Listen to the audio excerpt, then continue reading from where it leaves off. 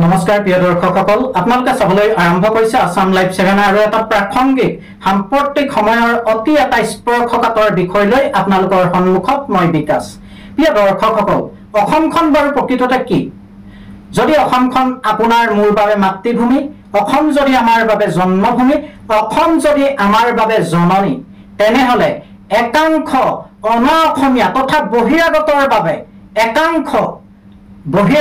বাবে অসমখন হৈছে এখন চৰণীয়া পথাৰ। পুনৰ কৈছো, একাংশ দুষ্ট চক্ৰৰ বাবে, একাংশ বহিৰাগতৰ বাবে, একাংশ শোষকৰ বাবে, লুণ্ঠনকাৰীৰ বাবে অসমখন হৈছে এখন চৰণীয়া পথাৰ। অসমখন হৈছে এখন জেওৰা জপনা নথকা উদং ভেটি, য'ত ইচ্ছামতেই তেওঁলোকে তেওঁলোকৰ খাদ্য সংগ্ৰহ কৰিব পাৰে, ইচ্ছামতেই তেওঁলোকে তেওঁলোকৰ প্ৰয়োজনীয়তা পূৰণ কৰিব পাৰে। আৰু নিৰ্বিকাৰভাৱে চাই ৰয় জাতি ৰক্ষাৰ ভাওনা দিয়া ৰাজনৈতিক তথা অৰাজনৈতিক একাংশ তথাকথিত নেতা, একাংশ ভণ্ড নেতা। আপোনালোকে হয়তো ভাবিছে মই এই প্ৰসংগটো কিয় উত্থাপন কৰিলো। প্ৰিয় দৰ্শকসকল, এবাৰ মনত পেলক, সেই শাৰদা ৰুজভেলি দিনৰ কথাবোৰ এবাৰ মনত পেলক। কেনেদৰে শাৰদা ৰুজভেলিৰ যি মালিক পক্ষ আপোনাৰ মোৰ গাঁৱৰ অঞ্চলৰ আপোনাৰ মোৰ জলকীয়া বেঙেনা বেচা গাঁঠিৰ ধন কেনেদৰে সৰকাই নিছিল মনত আছেনে? শাৰদা ৰুজভেলি বা অন্যান্য সেই মনি মাৰ্কেটিং কোম্পানীসমূহে আপোনাৰ মোৰ সাঁচতীয়া ধন কাঢ়ি লৈ গ'ল, অসমৰ পৰা তুলি নিলে হাজাৰ হাজাৰ কোটি টকা, আৰু আমি নিৰ্বিকাৰভাৱে চাই থাকিলো। আৰু শাসনাধীষ্ঠ চৰকাৰসমূহেও আপোনাক মোক একো তাৰ সুদুত্তৰ দিব নোৱাৰিলে। এইবাৰ পুনৰ আহিলে শাৰদা ৰুজভেলিৰ পোচাকযোৰ খুলি সেই একেই অসাধু ব্যৱসায়ীসকল পুনৰ অসম মুলুকত প্ৰৱেশ কৰিলে, আৰু এইবাৰ তেওঁলোকৰ পোচাক হ'ল ট্ৰেডিঙৰ। এইবাৰ তেওঁলোকে বখন পিন্ধি আহিছে ট্ৰেডিঙৰ, আৰু আমাৰ গ্ৰাম্যাঞ্চলৰ সহজ সৰল মানুহখিনিক বিভিন্ন ধৰণৰ চলাহী কথাৰে ভুলাই পুনৰবাৰ আৰম্ভ কৰিছে এক লুণ্ঠনৰ প্ৰক্ৰিয়া। আৰু ইতিমধ্যে ট্ৰেডিং কোম্পানীসমূহে শ শ হাজাৰ হাজাৰ কোটি টকা অসমৰ পৰা সংগ্ৰহ কৰিছে। আমি আজি প্ৰথমটো প্ৰতিবেদন আপোনালোকলৈ আগবঢ়াইছো। এয়া প্ৰথম প্ৰতিবেদন, আৰু আমি আপোনালোকক আজি জনাব বিচাৰিছো কেনেধৰণে ট্ৰেডিঙৰ নামত এটা কোম্পানীয়ে কেনেধৰণে সৰ্বশান্ত কৰিছে সহজ সৰল গাঁওবাসী, কেনেধৰণে ছাগলী বেচা গাহৰি বেচা টকা লুণ্ঠন কৰিছে আমি আপোনালোকক তুলি দেখুৱাব বিচাৰিছো। আৰু ইয়াৰ পিছৰ প্ৰতিবেদনত আমি লৈ আহিম ট্ৰেডিঙৰ নামত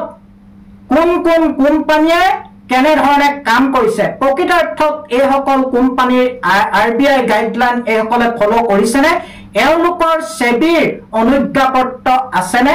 প্ৰিয় দৰ্শকসকল, সজাগ হওক, সচেতন হওক, তেতিয়াহে বাচিব পাৰিব এই শোষণকাৰীসকলৰ পৰা, এই লুণ্ঠনকাৰীসকলৰ পৰা। আপুনি যদি সজাগ নহয়, আপুনি যদি সচেতন নহয়, আপোনালোকে নাভাবিব জাতি ৰক্ষাৰ ভাওনা দিয়া ৰাজনৈতিক তথা অৰাজনৈতিক ব্যক্তিসকলে আপোনালোকক এক নিৰ্ণায়ক পথ প্ৰদৰ্শন কৰিব। গতিকে সজাগ হওক, সচেতন হওক, আসাম লাইভ 7ৰ সংবাদসমূহ নিয়মীয়াভাৱে চাই যাওক। আমি আপোনালোকক দেখুৱাই যাম, এখেতসকলৰ আমি কাপোৰ খুলিম, এখেতসকলক উলংঘ কৰি দিম আপোনালোকৰ সন্মুখত এওঁলোকে কেনেধৰণে ভণ্ডামি কৰি আহিছে। আমি আগবঢ়াইছো আজি প্ৰথমটো প্ৰতিবেদন। অসমত ট্ৰেডিঙৰ নামত বৃহৎ জাল, অসমত ট্ৰেডিঙৰ নামত বৃহৎ জাল জাল পেলাইছে অনা অসমীয়া একাংশ বহিৰাগত অসাধু ব্যৱসায়ীয়ে। জালত আবদ্ধ সহজলভ্য টকা ঘটাৰ দৌৰত একাংশ অসমীয়া।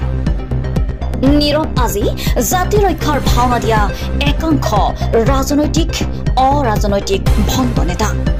হয়, শাৰদা ৰুজভেলিয়ে হাজাৰ হাজাৰ কোটি টকাৰ লুণ্ঠনৰ পিছতে লুণ্ঠনকাৰীয়ে পুনৰ নসাজেৰে নতুন কৌশলেৰে অসম মুলুকত পাতিছে বাহৰ। চলাহী কথাৰে সহজ সৰল অসমীয়াৰ বুকুত সোমাই পুনৰ অসমীয়াৰ গাঁঠিৰ ধন কাঢ়ি নিবলৈ তৎপৰ হৈ পৰিছে। ব্যৱহাৰ কৰিছে জাতি ভাইক ঠগি কেইটামান কমিছনৰ অংকত বিভোৰ হৈ থকা সুবিধাবাদীক। এক কথাত অসম এতিয়া একাংশ অনা অসমীয়া বহিৰাগতৰ বাবে জেউৰা জপনা নথকা উদংবাৰী অসমত সম্প্ৰতি কেইবাটাও ট্ৰেডিং কোম্পানীয়ে ৰাজ্যৰ কোটি কোটি টকা সংগ্ৰহ কৰি থকাৰ মাজতে YBYৰ লুটৰাজ হঠাৎ অন্তৰ্ধান হোৱা YBY কবলত পৰি বিশ্বনাথৰ বহুলোকে হেৰুৱালে নিজৰ সাঁচতীয়া ধন আনকি গৰু গাহৰি বেছিও বহুলোকে লগাইছিল YBY ধন খাটি খোৱা লোকক টাৰ্গেট কৰি সুবিধাজনক স্থিতি গ্ৰহণেৰে সৰ্বশ্ৰান্ত কৰিলে বহু দৰিদ্ৰ পৰিয়াল বিশেষকৈ চাহ জনগোষ্ঠী এলেকাত সহজতে ধন ঘটাৰ সপোন দেখুৱাই লুটি নিলে বহু কোটি টকা বাগবাৰী চাহ বাগিচাৰ নিবেন পাৰধিয়া নামৰ ব্যক্তিজনে গাহৰি বেছি অধিক মুনাফাৰ লগত YBYত লগাইছিল 6,000 টকা কিন্তু গাহৰিও গ'ল YBYত লগোৱা ধন নাপালে নিবেনে একেদৰে বাগবাৰী চাহ বাগিচাৰ ৰাজু ডুঙৰীয়েও নিজৰ উপাৰ্জনৰ ধন অধিক মুনাফাৰ আশাত YBYত লগাই হ'ল সৰ্বশ্ৰান্ত আহক শুনো ভুক্তভোগীয়ে কি কয় বিশ্বনাথৰ পৰা ৰমেশ চন্দ্ৰ সোৰেনৰ ৰিপৰ্ট আসাম লাইভ 7 কাহিনীটো কওকচোন মই 6,000 টকা গাহৰি বেচি পেলাই মই লগাইছিলোঁ তাৰপিছত কিছুমানে মোক প্ৰলোভন দেখুৱাই যে এই YBYতে 6,000 টকা জইনিং দিলে 1-2 টকা পাবি বুলি মোক জইনিং কৰালে তাৰপিছত মই জইনিং কৰিলোঁ 6,000 টকা দি পেলাই লাষ্টত গৈ থৈ মই চাইছোঁ যে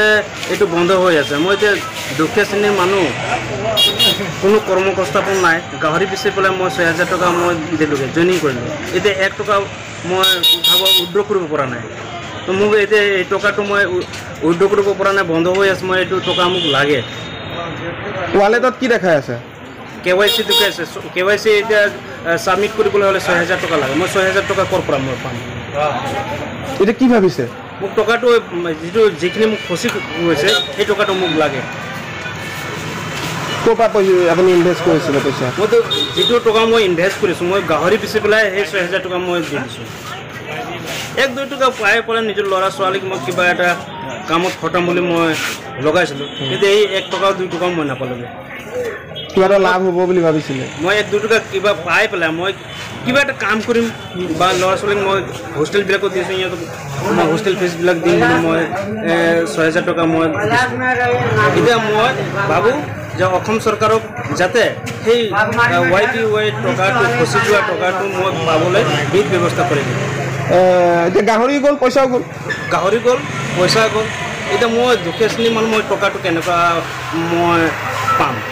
তো পাবলৈ মই অসম চৰকাৰক মই অনুৰোধ জনাইছোঁ যাতে এই YBY যিখিনি টকা ফচি যোৱা টকাখিনি মই আদায় পাবলৈ মই মোৰ কাৰণে বিধ ব্যৱস্থা কৰিম কিমান পইচা দেখাই আছে আপোনাৰ ৱালেটত মই 12,000টো মোৰ ফচি গৈছে চেষ্টা কৰা নাছিলে উলিয়াবলৈ চেষ্টা কৰিছোঁ নোলায় কিমান লগাইছিলে মই 6,000 টকা লগাইছিলোঁ এতিয়া তাৰপৰা লাভ পোৱা হৈছে নাই পইচা উলিয়াব পৰা হৈছে নাই কি হৈ আছে পৰিৱেশটো পইচা লগাইছিলোঁ 6,000 টকা 3,000 কৰি তাৰপাছত পইচাটো ওলাবলৈ মানে এই কেইদিনৰ ভিতৰত ওলাম বুলি ভাবিছিলোঁ তো ওলাবৰ কাৰণে যিটো অপশ্যনত গ'লোঁ তেতিয়া KYCটো লাগিছে KYC তাকো আধাৰ কাৰ্ড বিচাৰিছে আৰু লগতে 6,000 টকা বিচাৰিছে এইটোৰ কাৰণে পইচাটো ল'ব পৰা নাই এইটো এই 6,000 টকা আধাৰ কাৰ্ডৰ ভিতৰলৈকে হাহাকাৰ সৃষ্টি হৈছে বন্ধ বুলি জানিব পৰা গৈছে এটা ভয় লাগিব কাৰণ মই 3,000 কৰি লগাইছোঁ পইচাটো সেই পইচাটো মই কেনেকৈ ঘূৰাই পাম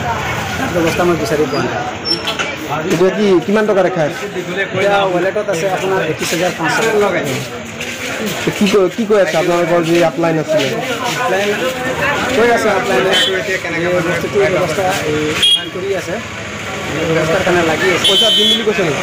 পইচা দিম বুলি কোৱা নাই সিহঁত কৈ আছে অপশ্যনটোৰ বিষয়ে সমালোচনা কৰিব আছে পইচা ঘূৰাই পোৱাৰ ক্ষেত্ৰত কেনেকুৱা ধৰণৰ ব্যৱস্থা লৈছে কিবা লৈছে নাই এপ্লাইনে তেনেকৈ লোৱা আমাৰ 3টা লগোৱা হৈছে দাদাৰ লগোৱা আছে বাইদেউ লগোৱা আছে আগতে পইচা উঠাইছিল নে নাই এবাৰ মানুহে এবাৰো উঠোৱা নাই উঠোৱা নাই